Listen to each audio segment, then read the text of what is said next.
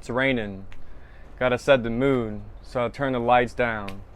You can hear the rain? Alright, we're gonna start it off as usual with some breathing. Breathe out. Breathe in. Breathe out.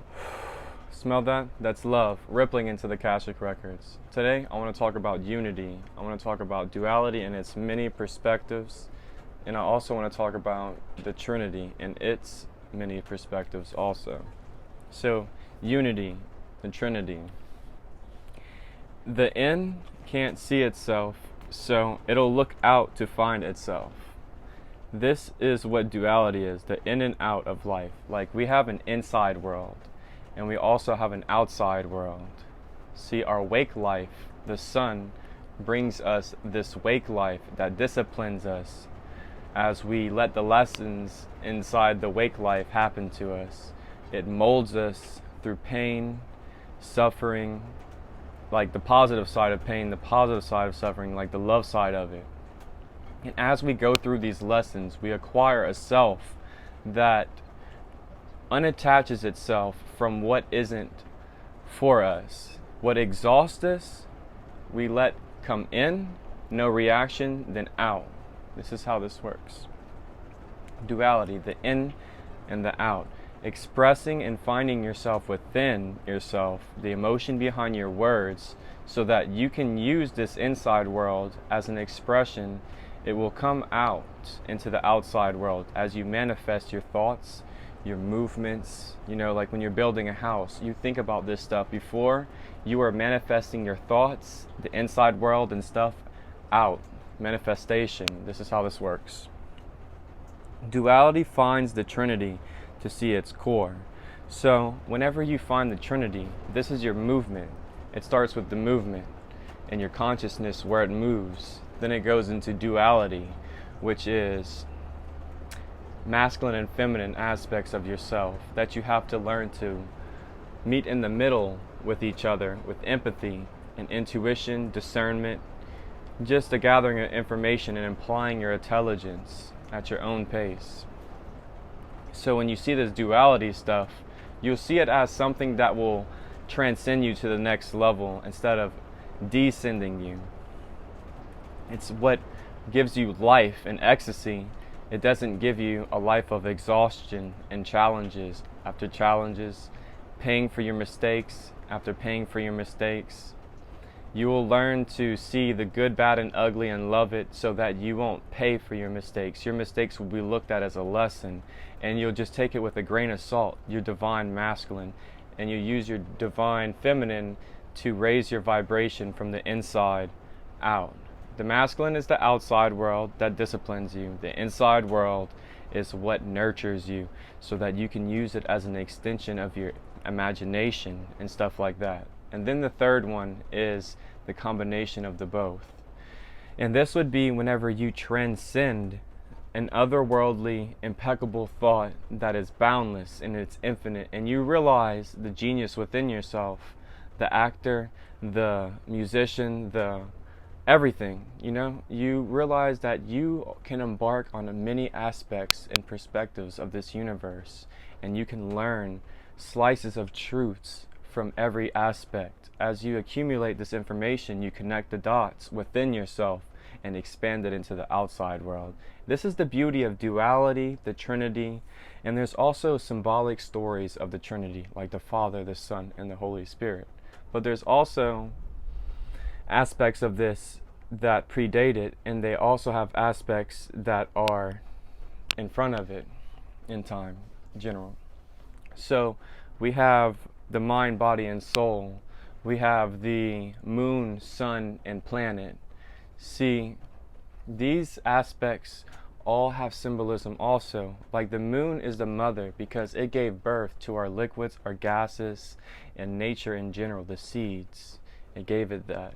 Okay? The father in the wake life nurtured the sun, which is the planet, the father, the mother, and the sun. And when you would have the light on the day, it would help the nurturing seeds grow and become mighty. So this is the symbolic story of the Trinity. The mind, body, and soul is oneness. When you see oneness within yourself, you'll realize that you have a mind, which is your thoughts, a body, which is your movements, and a soul, with it, which is your inside world, the emotion behind your words that you can use as an extension of your imagination and stuff like that. This stuff within you can be one. Like whenever you're meditating, you're using your body, which is pulling in kinetic and potential energy within your lungs, and this is spreading throughout your body. Breathing is the gateway between the inside world and the outside world. See, when you die, it's because you stop breathing, right? Or your heart stops. See, these aspects lead you to an otherworldly self within you that you can calmly evaluate and see yourself for who you are. When you see yourself for who you are in almost its entirety and giving room at the same time by saying, I don't know, you will start seeing your aspects of yourself in everything else. This is oneness. This is the duality of all this stuff also, because in all these aspects there's going to be masculine and feminine, and it gets a little bit deeper. Don't overthink it, just see it for what it is. Masculine and feminine also has masculine and feminine in it also. Same with positive and negative. It's the same stuff. These aspects will teach you how to transcend good and bad and see it as a lesson, so you're taking it as a grain of salt and letting the inside world nurture your life so that it will expand from the inside out into your life, manifesting the transmutation of beauty in all its nature, raw, right in front of our face. This is how this works. You will heal yourself. You will see yourself when you meditate and you connect with that deep silence within. It is a healing experience, because when you empty your mind, because when you're in a breath exercise session, your mind, body, and soul, it gets quieted, like it silences. And then you can hear it, and then you use your imagination to just plunder through it and understand it with empathy and intuition and discernment, so that you can see your ego and all your aspects before you, and the emotions that you truly want to embark on that is authentic within you, that you can use as an extension into the outside world. This is what this stuff is about, man. And go at your own pace. There is no rush in this at all. Nobody rush. You will destroy yourself if you get ahead of yourself, because you're not going to be ready for what you're running towards. It's in front of you. You have to stay still, chill. Just do at your own pace. Do small things that will lead up to big goals, and do your best. Don't work super hard. Work smarter, not harder. And this will not make you escape from working hard. I'm not saying don't work hard. I'm saying do the things that don't exhaust you. Work smarter, not harder. Do the things that will lead you to liberation. Work smarter, not harder. You know? At your own pace. We all have our own pace in life, and we're all no different. When you see this aspects of yourself, you see it in others. For the other half of the video, I wanted to have a little symbolism here. So I started it in the dark, we came into the light. Like the Father, the Son, the Mother, and the Son. You know, like how the sun and the moon correspond with each other and coexist. The Trinity, the sun, the planet. I also wanted to express something also. You have a spiritual intelligence, memory, intelligence in many perspectives. You don't want to just have a spiritual intellect. I'm sorry, I'm going to cut you off. I don't want you to waste your footage, but like you're not wearing your mic. I'm stoned, bro. I'm like, wait. I'm keeping that in. I'm keeping it raw. I'm keeping it raw.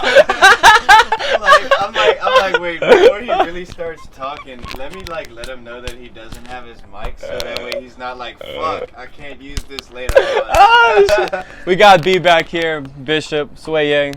What's good, man? Sweezy in the building, man. All right. Alright, but anyways, like I was saying, man, you don't want to be super spiritual because you'd be so top heavy, you're going to fall down, man. You want to ground yourself, be human, have conversations. Try to keep the intellect, spiritual intellect aside some of the time, you know? Know when to use your discernment, your intuition, when to speak those powerful words into existence, into their life. Because you're like a portal. Take your time, go at your own pace, learn yourself, expand the within into the without. That's what it's all about, you know? It's about getting to know yourself and getting to know others, grounding yourself. Go outside and actually ground yourself too, because it's an experience in itself. We have a lot of things going on in the world, and love and light is winning. The infinite source is expressing itself mighty right now. We have to use this at our advantage so that we can understand our conscious-based self and our human self and our bad, good, and ugly, so that we can heal from it and get away from the insecurities, the embarrassment. This shit is normal. We're human. We're not robots. We're not this perfect self that we create. I just wanted to say that to you guys. You have a beautiful day. Peace and love to everybody. Akashic out. Namaste.